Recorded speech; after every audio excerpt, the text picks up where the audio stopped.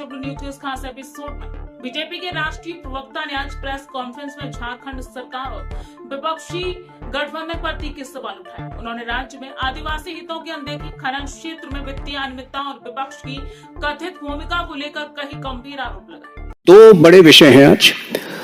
एक बहुत बड़ा स्कैम है जिस पर बहुत जरूरी है कि आप संज्ञान लें, और दूसरा जो है अर्थव्यवस्था से संबंधित कुछ खबरें हैं। जैसा कि आपको पता है, अनेक स्कैम जो है वो विपक्ष द्वारा शासित राज्यों में पिछले कुछ वर्षों में आते रहे। आज एक इतना बड़ा स्कैम है जो कि बहुत कम सुनने को मिलता है।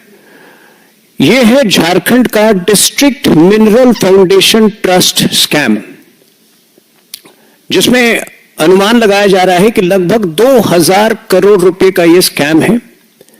और एक बार फिर हेमंत सोरेन की जो सरकार है, सीधे सीधे आदिवासी क्षेत्र को बदहाली की ओर ले जाने का और आदिवासियों को विशेष तौर पे जो है लूटने का प्रयास कर रही थी। इसके जरिए 8 सितंबर को पहली बार श्री बाबूलाल मरांडी जी ने एक प्रेस कॉन्फ्रेंस किया था रांची में इस संदर्भ में। उसके उपरांत झारखंड हाई कोर्ट ने इसका संज्ञान लिया था, और परसों अर्थात 13 अक्टूबर को जब झारखंड हाई कोर्ट में इसकी हियरिंग हुई, तो हाई कोर्ट ने विशेष निर्देश दिए हैं राज्य सरकार को कि अगले 4 हफ्ते में हियरिंग से पहले वो अपना उत्तर इस स्कैम के विषय में दे। अब ये स्कैम क्या है? देखिए, डिस्ट्रिक्ट मिनरल फाउंडेशन ट्रस्ट जो है एक ऐसा ट्रस्ट है जो विशेष तौर पर मोदी जी के सरकार के आने के उपरांत 2015 में एक विशेष कानून के तहत MMDR अमेंडमेंट एक्ट के जरिए 2015 मार्च में लागू किया गया था। इसके तहत हर वो डिस्ट्रिक्ट जो माइनिंग डिस्ट्रिक्ट की संज्ञा जिसको पूरे देश में दी जाती है, वहां जो लीज होल्डर के जो कॉन्ट्रैक्ट्स होते हैं, जैसे जो कंपनी जो है जमीन को लीज पर्पसेस के लिए लेती है, किराए पे लेती है, तो अपने अर्निंग्स का 10 से 30% जो रॉयल्टी होता है वो उनको डिस्ट्रिक्ट कलेक्टर के जरिए सीधे सीधे जो माइनिंग अफेक्टेड एरियाज है उसके उद्धार में खर्च करने पड़ते हैं। तो जहां 24 डिस्ट्रिक्ट है झारखंड में, ज्यादातर जो है वहां पर माइनिंग जो है सारे डिस्ट्रिक्ट्स में होते हैं। बोकारो में, धनबाद में, हजारीबाग में, सिंहभूम में, वेस्ट सिंहभूम में, ये सब में जो है बड़े स्तर पर माइनिंग होते हैं। बल्कि 40% जो मिनरल्स है पूरे देश का वो झारखंड से ही आते हैं। अब ये स्कैम एक ऐसा स्कैम है जो DMFT फंड निर्धारित किया गया था माइनिंग एरियाज के उद्धार में, उसमें बड़े स्तर पर घपले पाए गए हैं। केवल एक डिस्ट्रिक्ट की अगर हम बात करें, बोकारो की बात करते हैं, तो 600 करोड़ रुपए लगभग जो निर्धारित थे 2024-25 और 2025-26 में, उसमें 500 करोड़ रुपए जो है उसका कोई हिसाब नहीं है।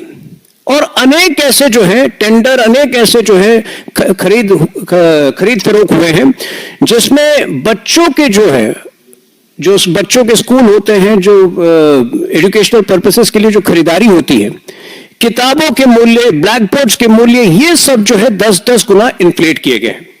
तो अगर केवल बोकारो की डिस्ट्रिक्ट, क्योंकि मैं बोकारो की बात इसलिए कर रहा हूं क्योंकि जो PAG का रिपोर्ट आया है, ये उस पूरे स्कैम का खुलासा पहले जो है PAG ऑडिट के जरिए हुआ और उसके बाद RTI इंक्वायरी हुई जिसमें इस बात की पुष्टि हुई। तो ये पूरा जो है 631 करोड़ लगभग जो है केवल बोकारो में फाइनेंशियल ईयर 2024-25 एंड 2025-26 के लिए निर्धारित किए गए थे, जिसमें 500 करोड़ का कोई हिसाब नहीं है। और कुछ एग्जाम्पल्स में देता हूं, जैसे जनरेटर जो है, अगर 46 पंचायत के लिए जनरेटर खरीदे गए तो पूरा प्रोक्योरमेंट की जो कीमत आती है वो 3.66 करोड़ 3.66 करोड़ आती है, जो कि कॉस्टिंग के लगभग 3 से 4 गुना अधिक है। इसी प्रकार जो गांव के स्कूल होते हैं वहां एक बिल्डिंग एज लर्निंग एड इस नाम की जो एक पेंटिंग्स बहुत प्रचलित है, इनको मुहैया करने में इसी प्रकार से जो है बड़ी जो है पैसों की जो है हेराफेरी हुई है। 2022 में पहली बार पीएजी ऑडिट के जरिए इस स्कैम का खुलासा हुआ था और आज ये पूरा जो कॉर्पस है, डीएमएफटी कॉर्पस जो है पूरे झारखंड का अगर आप ले ले तो 5000 करोड़ है। अगर बोकारो में जो हेराफेरी हुई है, ये जस्ट इसको जो अंग्रेजी में एक शब्द है टिप ऑफ द आइसबर्ग कहा जा रहा है, ये माना जा रहा है कि टिप ऑफ द आइसबर्ग। अगर आप उसके हिसाब से पूरे झारखंड का अगर एक एस्टिमेट निकाले तो ये स्कैम कम से कम 1500 करोड़ से 2000 करोड़ तक का स्कैम है। और एक बार फिर जो मोडस ऑपरेंडी इसमें बिल्कुल सेम है, इन्फ्लेटेड बिल। तो जब बाबूलाल मरांडी जी ने 8 सितंबर को पहली बार जो है इसका खुलासा किया, उसके उपरांत जो है वहां के एक प्रवक्ता है हमारे झारखंड बीजेपी के अजय शाह ने इसको पुरजोर तरीके से लोकल मीडिया में उठाया। अगर ये विषय राष्ट्रीय पटल पर यह विषय इसलिए महत्वपूर्ण हो जाता है क्योंकि जो 3 पार्टियां झारखंड में सरकार चला रही हैं, जेएमएम, कांग्रेस पार्टी और आरजेडी, वो तीनों जो है इंडी अलायंस में भागीदार हैं। पड़ोसी राज्य में भी वो चुनाव लड़ रही हैं और कांग्रेस पार्टी को विशेष तौर पर इस पर उत्तर देना होगा कि क्या कांग्रेस पार्टी इस स्कैम के जरिए जो है अपनी राष्ट्रीय स्तर की फंडिंग जुटा रही थी। राहुल गांधी जो 15-15 दिन गायब हो जाते हैं, किसी को अता पता नहीं होता है, ये फंडिंग आखिर कहां से आती है? शायद इस स्कैम में उन सारे प्रश्नों का उत्तर हो। सोमवार को अर्थात 13 अक्टूबर को जब झारखंड हाईकोर्ट में हियरिंग हुई तो झारखंड हाईकोर्ट का यह ऑब्जर्वेशन है कि 80% जो खर्चे हुए हैं वो पूरी तरह अनअकाउंटेड है, वो खरीदारी हुई नहीं है, बस बिल है, वो पैसे कहां गए इसका कोई हिसाब नहीं है। 4 हफ्ते का समय दिया गया है राज्य सरकार को, पॉइंट बाय पॉइंट राज्य सरकार को जवाब देना है। अब दुख की बात यह है कि यह तीसरा चौथा बड़ा स्कैम है। हमने देखा है किस प्रकार से लैंड स्कैम, 600 करोड़ के लैंड स्कैम में हेमंत सोरेन जो है 4 महीने 5 महीने जेल के अंदर थे पिछले साल। लैंड स्कैम क्या था? डिफेंस लैंड को जो है जबरदस्ती कागज की हेराफेरी कर उसको हवाला मनी के जरिए जो है वो भूमि को हथियाया गया था। माइनिंग स्कैम जो है उतना ही बड़ा स्कैम है। और डीएमएफटी स्कैम जो है, अगर मामले के तह तक जाते हैं, हमारी मांग है कि सीबीआई इंक्वायरी हो, अगर मामले की तह तक जाते हैं तो शायद ये हाल फिलहाल पिछले कुछ वर्षों का सबसे बड़ा स्कैम निकलने वाला है और दारोमदार कांग्रेस पार्टी पर है। कांग्रेस पार्टी, तीनों गठबंधन में एक ही जो राष्ट्रीय पार्टी है वो कांग्रेस पार्टी है, कि क्या ये फंड से वो क्या ये स्कैम से जो है अपने राष्ट्रीय स्तर की फंडिंग कर रही थी। तो ये तो झारखंड का विषय हो गया। अब आपको याद होगा विपक्ष के नेता जो हैं, अगस्त के महीने में जब पहली बार हम पर टैरिफ लगाया गया था तो हमारे विपक्ष के नेता राहुल गांधी ने बड़े जोश में आकर कहा था कि India is a dead economy. आज लगभग 1.5 महीने बाद अनेक ऐसे प्रमाण हैं, राहुल गांधी को करारा जवाब मिला है। और ऐसे कुछ तथ्य जो हैं मैं आपके समक्ष रखना चाहता हूं। अगर इसके बाद भी राहुल गांधी ये मानते हैं कि भारत एक डेड इकोनॉमी है तो मेरे ख्याल से उनको इलाज करानी चाहिए अपनी सोच की। कल आईएमएफ इंटरनेशनल मॉनेटरी फंड ने कुछ फ्रेश एस्टिमेट्स रखे हैं भारत के जीडीपी के लिए। और आपको पता है कि पिछले कुछ हफ्ते जो हैं कुछ चुनौतियां रही हैं टैरिफ संबंधित। ऐसी परिस्थिति में भी भारत की जीडीपी को अपडेट किया गया है। जो 2025-26 फाइनेंशियल ईयर की जीडीपी पहले 6.4% ग्रोथ रेट जिसमें अनुमानित थी, अब 0.66% जो है उसको एस्टिमेट बताया जा रहा है। और ये इसलिए भी महत्वपूर्ण हो जाता है क्योंकि पिछले 3 हफ्ते में देश ने सबसे बड़े जीएसटी रिफॉर्म्स देखा है, रैशनलाइजेशन देखा है, जीएसटी बचत उत्सव देखा है, जिसमें हमारे देशवासियों ने यह साबित किया है कि हमारी जो अंदरूनी मार्केट है, जो लोकल डोमेस्टिक मार्केट है, उसकी शक्ति इतनी अधिक है कि कोई भी बड़ी चुनौती का सामना हम डट कर सकते हैं। तो जो अनुमान आईएमएफ ने कल पेश किए हैं उसमें अन्य देशों के भी अनुमान दिए गए हैं, तो उसमें बाकी इकोनॉमीज की अगर अब तुलना करें तो सारे इकोनॉमीज की तुलना में भारत जो है पांचवा या छठा साल ऐसा होगा जब निरंतर फास्टेस्ट ग्रोइंग लार्ज इकोनॉमी की संज्ञा भारत को प्राप्त होगी। यह अपने आप में एक कीर्तिमान है। कुछ लोग जो मानते हैं कि डेड इकोनॉमी है, वो दरअसल हर उस व्यक्ति का, हर उस सज्जन का, हर उस प्रोफेशनल का अपमान कर रहे हैं जो कि भारत की इस आर्थिक उत्थान में अपनी भूमिका निभा रहा है। कल एक और बड़ी खबर आई है, पिछले 2 दिनों में गूगल जो है अपना सबसे बड़ा डेटा सेंटर भारत में विशाखापट्टनम में स्थापित कर रहा है।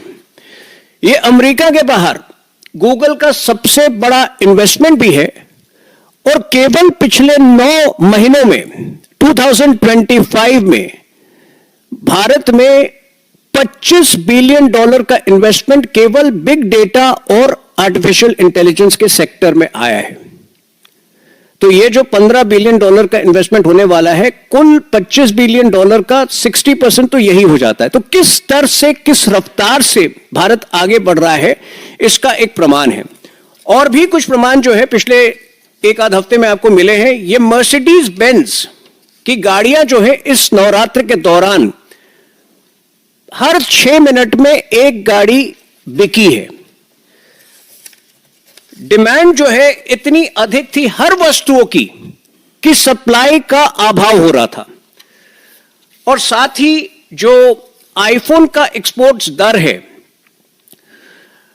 वो $10 बिलियन लोकली मैन्युफैक्चर्ड आईफोन का जो है टोटल जो है वैल्यू है वो $10 बिलियन टच कर रहा है। तो ये सारी चीजें जो है मेरे ख्याल से बहुत ही पुख्ता तरीके से हमारे नेता विपक्ष के प्रोपेगेंडा को ध्वस्त करती है। सवाल ये उठता है कि वही नेता विपक्ष जो 15 दिन गायब था नवरात्रि के दौरान, वो शायद देख नहीं पाया होगा कि जीएसटी बचत उत्सव के दौरान किस प्रकार से देशवासी जो हैं पूरे उत्साह के माहौल में, उत्सव के माहौल में खरीदारी कर रहे थे, अपने जीवन को बेहतर बनाने का प्रयास कर रहे थे। लेकिन मुझे लगता है कि आज नेता विपक्ष को अपने उस वाक्य के लिए, अपनी उस भद्दी टिप्पणी के लिए कि भारत एक डेड इकोनॉमी है, माफी मांग लेनी चाहिए। क्योंकि जैसा मैंने कहा, जब आप भारत को डेड इकोनॉमी बताते हैं तो आप हर उस परिश्रमी व्यक्ति का अपमान कर रहे होते हैं जो आज भारत की मैन्युफैक्चरिंग यात्रा में शामिल है। हर उस व्यक्ति का अपमान कर रहे होते हैं जो सेमीकंडक्टर मैन्युफैक्चरिंग की यात्रा में शामिल हैं, जो डेटा की दिशा में काम कर रहा है और जो भारत को विकसित भारत बनाने की यात्रा में शामिल है। तो इन 2 विषयों के साथ मैं आज अपनी बात को समाप्त करना चाहूंगा। कोई प्रश्न है तो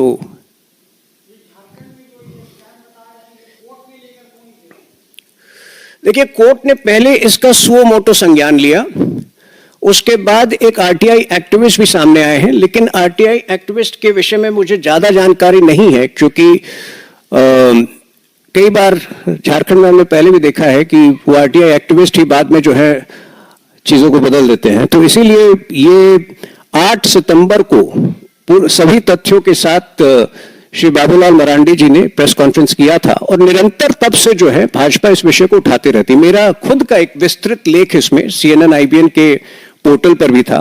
और ये हम मानते हैं कि बहुत गंभीर विषय है। जितने भी स्कैम, आप पड़ोसी राज्य में टीचर रिक्रूटमेंट स्कैम को भी अगर देख लें तो ये स्कैम का जो कुल इसका फैलाव है, जितने डिस्ट्रिक्ट्स उसमें शामिल हैं और जिस लेवल पर डिस्ट्रिक्ट कलेक्टर्स जो हैं संभवतः हेमंत सोरेन के इशारों पर पैसा की हेराफेरी कर रहे थे, मेरे ख्याल से ये 1500-2000 करोड़ तो मिनिमम निकलने वाला है। और इसलिए मुझे लगता है कि सीबीआई इंक्वायरी जो है बहुत महत्वपूर्ण है इस विषय पर, इस पूरे मामले में। सर, इसी समय बिहार में चुनाव चल रहे हैं और आप इस गंभीर मुद्दे की तरफ इशारा कर रहे हैं, कांग्रेस की वहां पर सरकार में शामिल है, क्या बीजेपी इस मुद्दे को बिहार की जनता के बीच? देखिए, बिहार के विषय पर जो है, बिहार में हमारे नेतागण उपलब्ध हैं, वो उस विषय पर बात करेंगे। मेरा विषय यह है कि कांग्रेस पार्टी की जो पूरी फंडिंग है वो संदेह के दायरे में हमेशा आती जा रही है। ये इतना बड़ा स्कैम, कई बार ऐसा लगता है कि कांग्रेस पार्टी ही प्रणेता है इन स्कैम्स की, वही सुझाव देती है कि हेमंत सोरेन आप ऐसा ऐसा करिए, फंडिंग हमें चाहिए, आप सरकार चलाते रहिए, सरकार चलाने की पूरी छूट है, पैसे हमें देते रहिए। वहीं पर उनके राज्यसभा सांसद जो थे, नाम भूल रहा हूं, साहू जी राज्यसभा के सांसद थे कांग्रेस पार्टी के, उनके घर से आज से 2 साल पहले कुछ 350 करोड़ बरामद हुए थे। तो जहां जहां कांग्रेस पार्टी जो है पीछे से भी, बैकडोर से भी सरकार में होती है, किसी प्रकार का गठबंधन वो करती ही केवल इसलिए है कि किस प्रकार से उस राज्य को लूट सके। और बहुत सारी गतिविधियां, ये जो 15 दिन जो है राहुल गांधी गायब थी, ये सब की जो है फंडिंग कहां से आती है, किससे मिलते हैं, मेरे ख्याल से ये बड़े विषय हैं, कांग्रेस पार्टी को एक्सप्लेन करना चाहिए। प्रवक्ता ने विपक्ष में जवाबदेही की मांग करते हुए कहा कि जनता को इन मुद्दों पर जागरूक रहना चाहिए।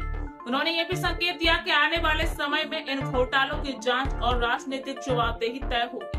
देश की आर्थिक और प्रशासनिक व्यवस्था को पारदर्शिता और जवाबदेही की जरूरत है। अब जनता की नजरें इन सवालों पर टिकी हैं। ऐसी खबरों के लिए जुड़े रहे चैनल TSW न्यूज के साथ। आपको ये वीडियो कैसा लगा कमेंट में बताएं, लाइक करें, शेयर करें और TSW न्यूज को सब्सक्राइब करना न भूलें। मिलते हैं अगली वीडियो में, तब तक के लिए धन्यवाद। ऐसे ही तमाम बड़ी खबरों से जुड़े रहने के लिए हमारे YouTube channel TSW news Hindi को सब्सक्राइब करें, वीडियो को लाइक, कमेंट, शेयर करना बिल्कुल ना भूलें।